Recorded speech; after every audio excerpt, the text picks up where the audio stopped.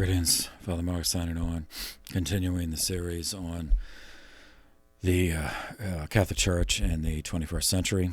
Last time we got up to the armistice, signing of the armistice to conclude combat operations in the First World War on November 11th, 1918. So now we move into the peace treaty. The Paris Peace Conference met in Versailles Palace, which is outside of about 50 miles outside of Paris, from January 18th, 1919, through January 21st, 1920. The conference opened actually in the city of Paris at the Quai d'Orsay, which was the like their Foggy Bottom in the United States, with the State Department, base of the State Department. The delegates representing 27 nations and another 5 delegates representing individual nationalities. 52 commissions were created, all these people combined had 1,646 sessions, all of which had reports produced, which you can read them if you like. And they had many, in addition to all these people who were formal delegates, who had the right to speak and vote. They all had their own staffs of varying sizes of experts, and they had to deal with topics such as prisoners of war, international freedom of the seas, the responsibility for the war, was there going to be reparations or not. And so all of this unfolded and they argued about it, and it was eventually codified in writing as the Treaty of Versailles, signed in the Hall of Mirrors in Versailles. The text of the final treaty is divided into 15 chapters. The 15 chapters are divided into 440 clauses. The 5 major powers, and by that I mean the 5 that had the biggest militaries on the winning side, were the United States, Great Britain, France, Italy, and Japan. All right, so seminarians, pay attention. We think of Japan as being on the opposite side, but that's from the Second World War. In the First World War, they were on our side.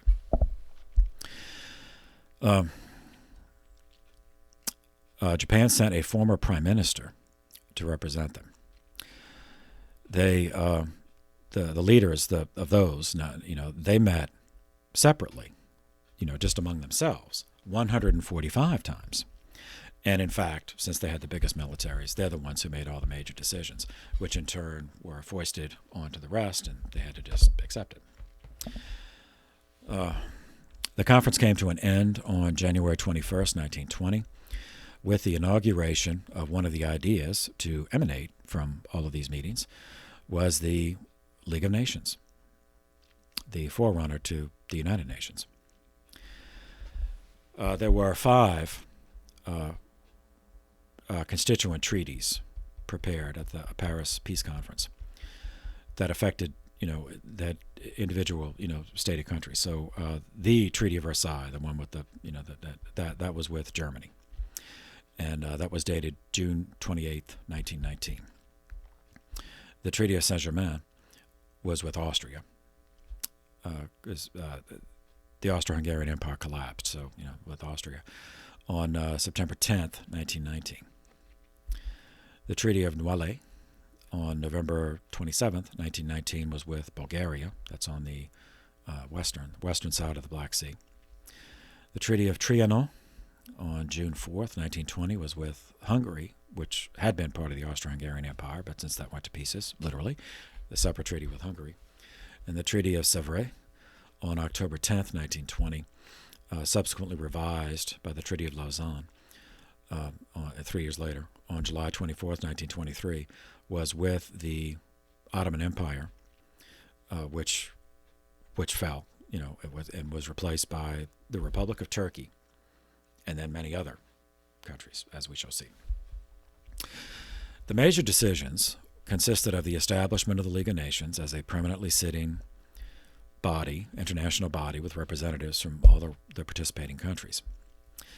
The 5 distinct treaties with the defeated enemies, awarding the former colonies of those defeated enemies, which specifically Germany and the Ottoman Empire, were parceled out to the UK, to Great Britain and France.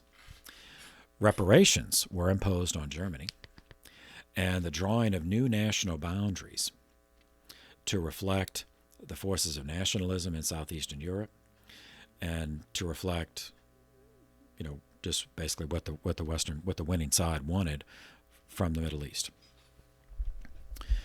The main result, well, not the main, but one that is going to lead to the Second World War.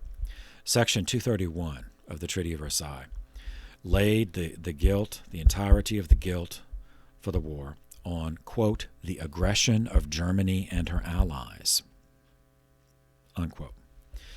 That provision, Section 231, humiliated Germany and set the stage, was used as justification for imposing very steep reparations, which Germany was supposed to pay. And as we'll see later, and I cover more extensively in the Modern History playlist, later political leaders in Germany, the Nazis, who are going to use that to stoke up resentment. And that's one of many contributing factors to the Second World War. Okay. President Woodrow Wilson was the League of Nations was his idea. I mean, because he came out of the American progressive, idea that government management of everything is the best way to go. And so, why not do that on a world stage? And so the League of Nations was a step toward that. All right. I'll skip all that. Okay. In American law, treaties, to become binding on the country, they can be negotiated by the president. They can even be signed by the president, but they only become binding if they're approved by the Senate. Wilson, as a progressive, favoring income tax, big government, that not everybody in the United States liked that idea. And he had managed to get his way, on many things, but that also made him enemies. And so he negotiated all this, the treaty, and the League of Nations was part of the treaty. Then it had to be ratified by the Senate, which brings us to Henry Cabot Lodge. Wilson returned to the United States in 1919. U.S. public opinion, at least by measured, by newspaper polls of the day, favored ratification of the treaty, in the sense that over 50% of most of the polls, I mean, not 100% by any means, but over 50% favored ratification, including entering the League of Nations. However, the U.S. Senate, members of the U.S. Senate strongly opposed it. Senate opposition cited Article 10 of the treaty, which dealt with collective security as connected to the League of Nations. So the senators who opposed ratifying the treaty, the senators who opposed the American entry into the League of Nations, argued that this would place the United States in the foreign policy and the military of the United States in a position of servitude to the League of Nations. That if members of the League of Nations did something and got into a conflict, then the United States, by this signing this treaty, would be obliged to defend them, even if the United States had no particular interest in the conflict. So there were the opposition to the treaty and the Senate differentiated into two camps. One was they were called the irreconcilables, that they refused to join the League of Nations under any circumstances. They were isolationist. They had opposed the war, as a matter of fact. They didn't think the United States should get involved in the war, and they never forgave Wilson for having run on a peace platform to get a second term and then get us in the war anyway. So this is revenge. The second group of opposition were the reservationists, and those were led by the chairman of the Senate Foreign Relations Committee, Henry Cabot Lodge. He was not opposed entirely to the treaty, but he did want amendments made. and he attempted to pass amendments that would give the United, that would write into the treaty that the United States could ignore the treaty whenever they wanted. That's it. But they didn't have the vote. So the final vote on March 19th, 1920, the Treaty of Versailles fell short of ratification by 7 votes in the Senate, and it never has been ratified by the United States. Consequently, the United States signed a Treaty of Berlin on August 25th, 1921, and that separate treaty just with Germany, between the United States and Germany, stipulating that the United States would enjoy all, quote, rights, privileges, indemnities, reparations, or advantages, end quote, conferred to it by the Treaty of Versailles, but left out any mention of the League of Nations, which the United States never did join. Okay. In terms of reparations specifically, because that's another thing that's going to lead to the Second World War, the treaty required the new German government. Now, this is not, the monarchy's gone. So the government that started the war fell. The Kaiser abdicated. And that entire form of government, the monarchical form of government, was eliminated. Nevertheless, the new government of Germany, even though it was not the government that started the war, was had to pay, because they lost. So the treaty carved out 10% of Germany's pre-war territory in Europe and gave it to others, and confiscated all of its colonies, all of its overseas possessions. It placed the harbor of what was then called Danzig on today's maps. It's Gdansk, as well as the Saarland, which contains the coal mines, under the administration of the League of Nations, and which allowed France to extract the economic and mineral resources of Saarland until 1935. The Treaty of Versailles limited the German army and navy in size. It allowed for the war crimes trial of the former abdicated Kaiser Wilhelm II, and a number of other high-ranking German officials. Under the terms of Article 231 of the treaty, this new German government was required to accept responsibility for the war and to accept the liability to pay reparations to the victors. A commission was established called the Inter-Allied Commission, which set the amount of the reparations. They presented their calculations in 1921. They determined that Germany owed 132 billion gold Reichsmarks. That's not 132 billion in paper money. That's 132 billion gold coins. On top of an initial $5 billion reparations payment demanded when the treaty was signed. So 137 billion. So keep that in mind. That's another thing, that's going to be used to foment the Second World War. Okay. In terms of the removing territory from Germany, another contributing factor to the next war was that this decision left large numbers of ethnic Germans living under non-German governments. Another element. When the armistice was signed, not by the monarchical government, which had already fallen, Wilhelm already abdicated, but by the new German government, there had not been a single Allied soldier on German soil. The German foreign minister happened to be Jewish. His name was Arthur Zimmermann. The Rothschild banking system, chain of banks, happened to be owned. The Rothschilds happened to be a Jewish family, and they had greatly supported the Allied war effort. England, France, the United States. The British foreign minister wrote to Baron Rothschild promising to support a national home for the Jewish people.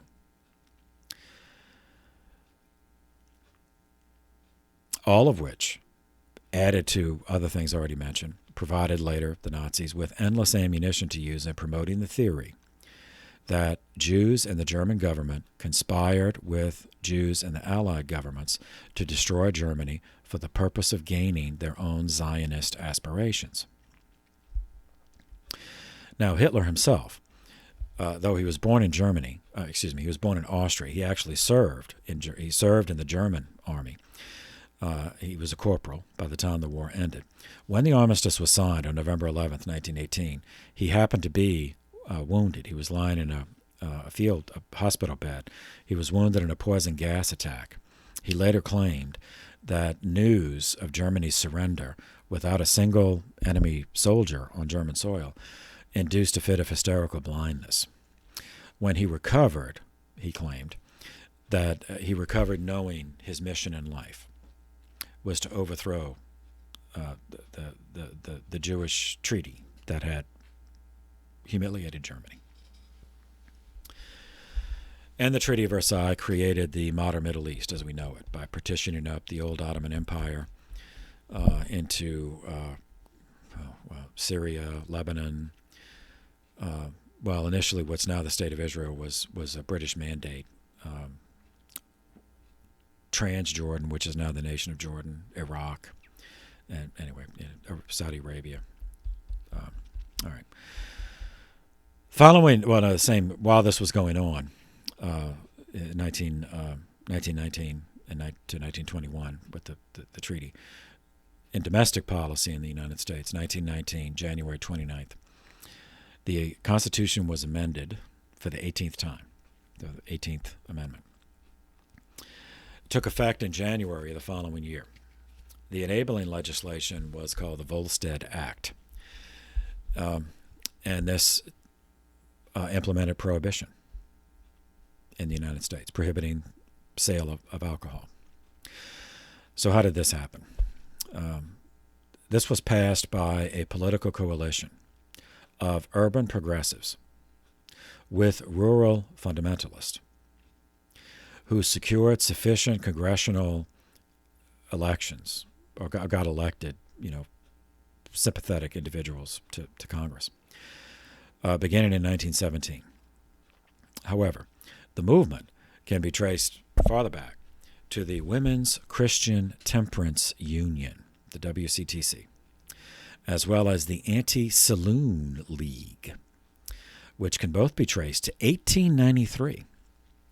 So the arguments of these groups were identical to those used later and are still used to justify the ongoing criminalization of some narcotics.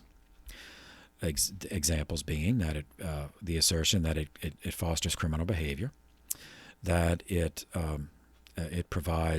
chemically induces indolence and laziness and lethargy, that it promotes immorality, that people will do things under the influence of whatever, alcohol or drugs, that they would not do when they were in their right mind, so to speak, and that it ruined families, as individuals who were addicted to these substances lost the cognitive capacity to manage their affairs, and so they would ruin the financial situation of their families.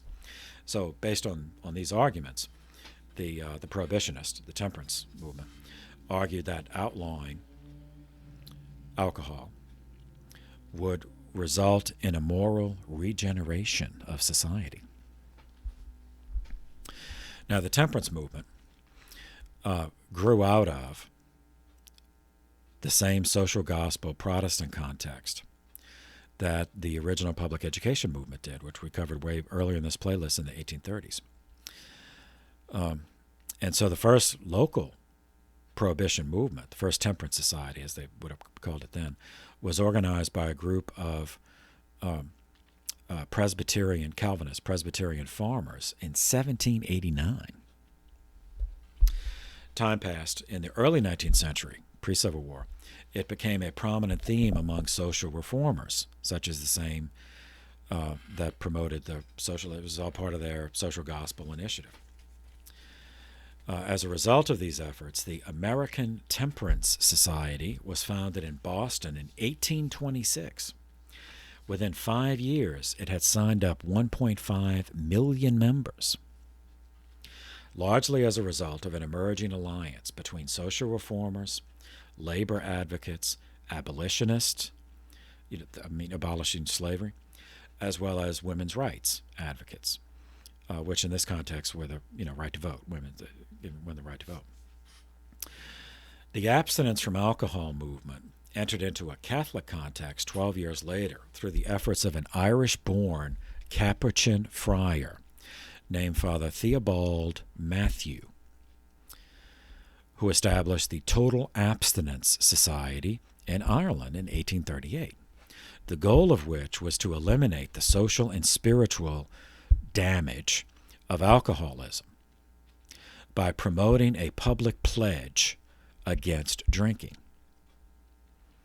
So the Catholic view of was that this would be a personal moral assertion done in public in church, rather than using government to do it.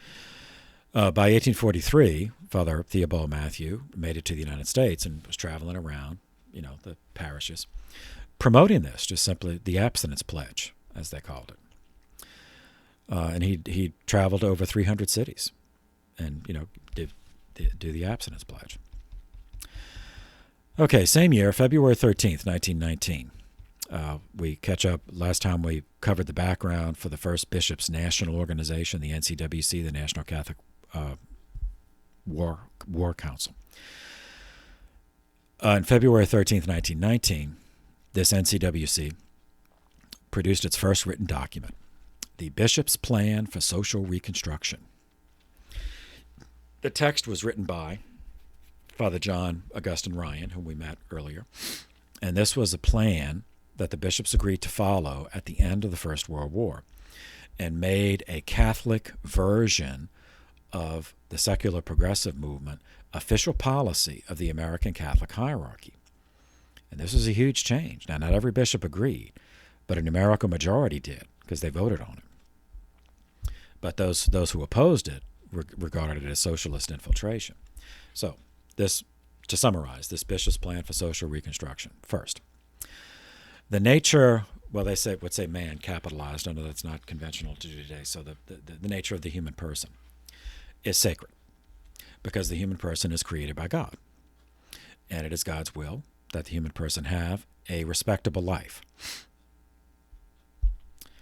Second, any action which violates that intrinsic dignity and that intrinsic right to a life of public respect as well as a life of self-respect must be condemned by the church. And the church must do all in its power to correct it, up to including cooperation with those outside of the church to correct it.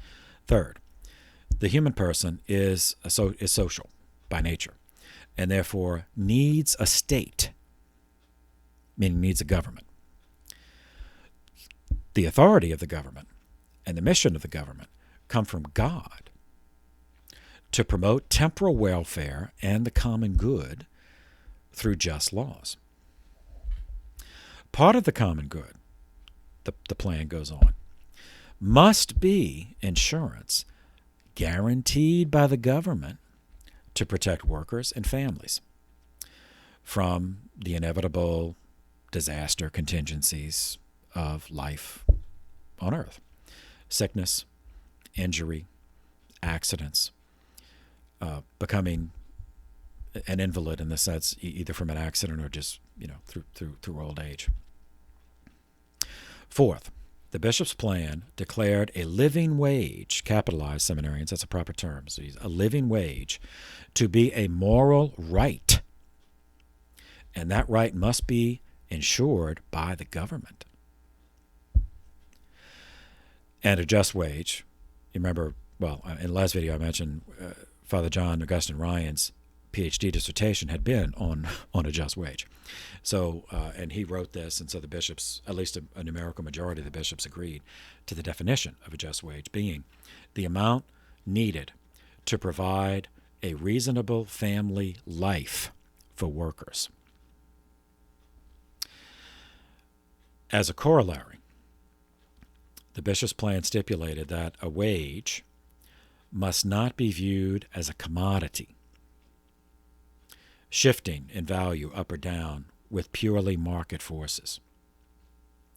That the just wage should be viewed in itself as a moral imperative equal to the amount of money necessary in a given time and place for an individual, the breadwinner, as I'd say, the father of the household, to provide for a reasonable family life, meaning, home, food, clothing, Fifth, workers have a right to legal recourse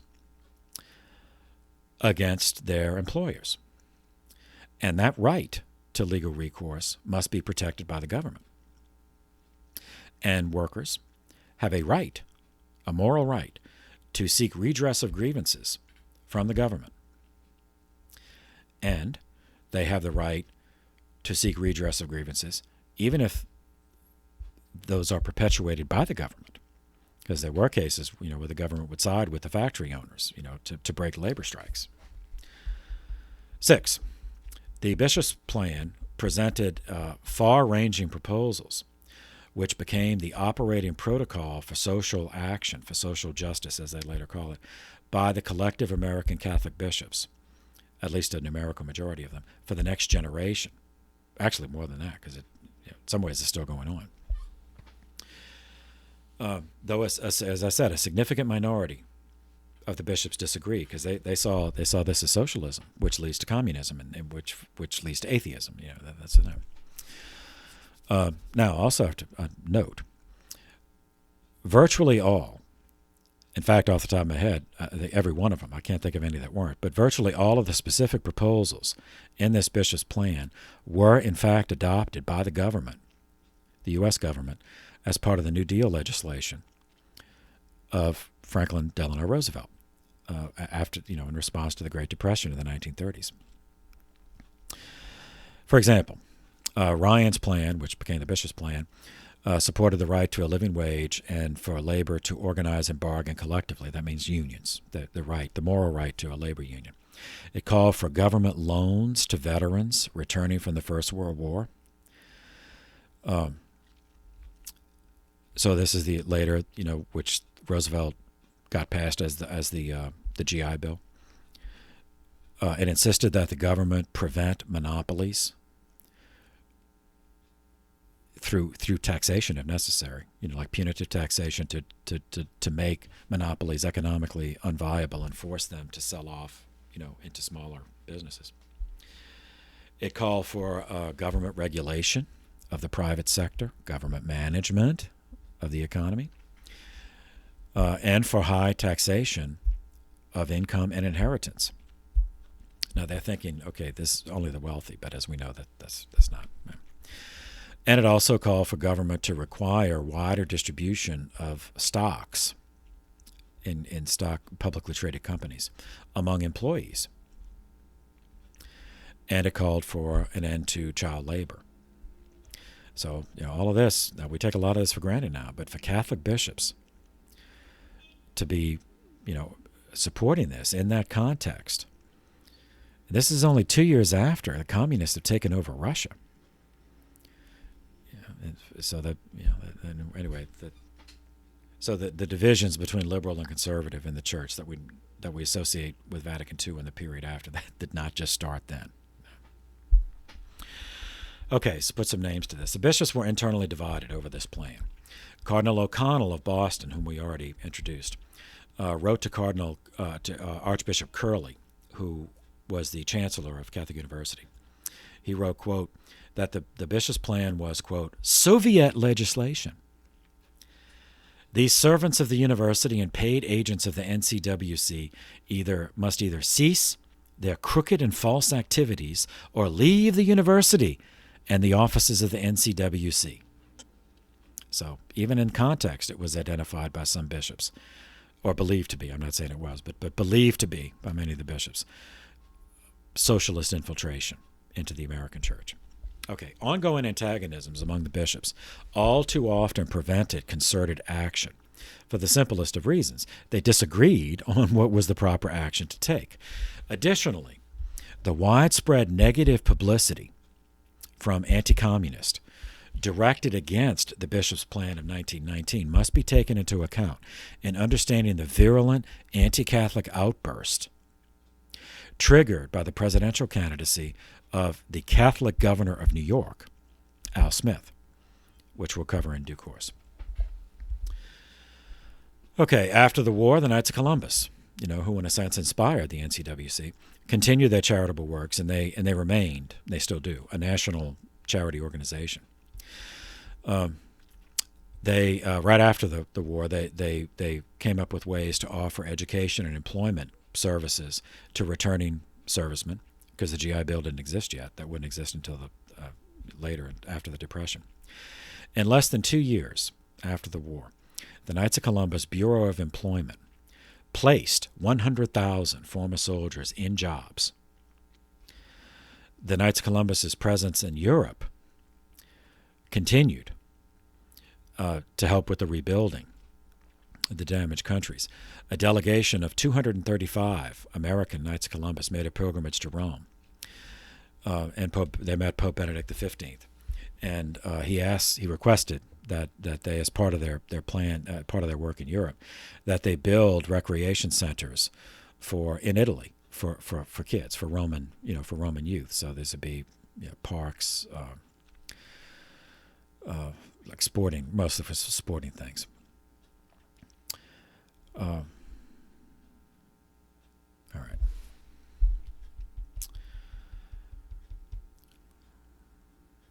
I'll skip that. Okay. Connected with the Prohibition, as we saw, that the Women's Christian Temperance Union was part of that. But that was all part of an alliance of humanitarians, progressives, secular progressives with social gospel Protestants. And they had other things. So, the prohibition of alcohol was not the only thing on their agenda. Another of the things was the right of women to vote, to get that. So they amended the Constitution the 19th time, so the 19th Amendment, on August 26, 1920, granted women the right to vote. Here is the text. Quote, "The right of citizens of the United States to vote shall not be denied or abridged by the United States or by any state on account of sex." End quote.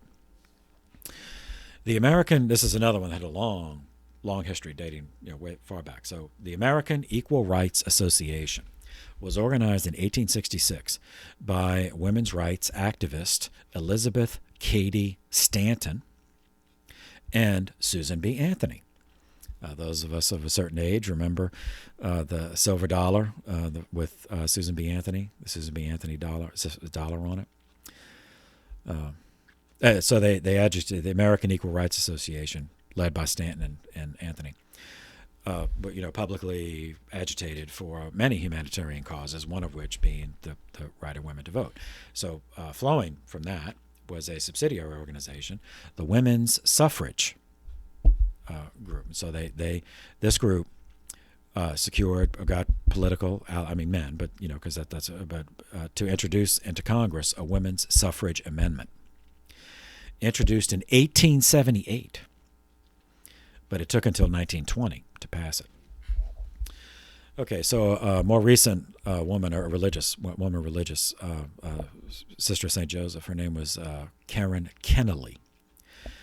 She wrote a book called American Catholic Women, in which she recorded that most American bishops, now by most I mean over half, opposed the women's, the women's vote.